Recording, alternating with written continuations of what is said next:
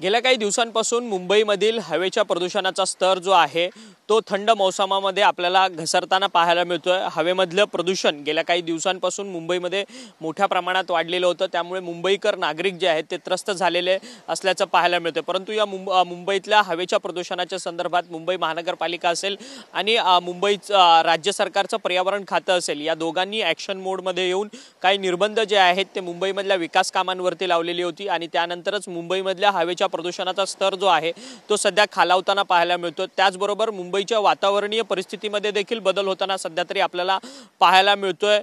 मुंबईमध्ये गेल्या काही दिवसांपासून सकाळचं वातावरण जे आहे, टेम्परेचर जे आहे ते खालती घसरताना सध्या तरी आपल्याला पाहायला मिळतंय। थंड हवेच्या दबावामुळे हे संपूर्ण वातावरण जे आहे ते सध्या खाली घसरताना पाहायला मिळतं। परंतु मुंबईच्या हवेच्या प्रदूषणामध्ये सातत्याने हिवाळ्यामध्ये घट सध्या होताना तरी आपल्याला पाहायला मिळते। व्हिडिओ जर्नलिस्ट प्रेम मात्रेसह अक्षय मंकणी, TV9 मराठी, मुंबई।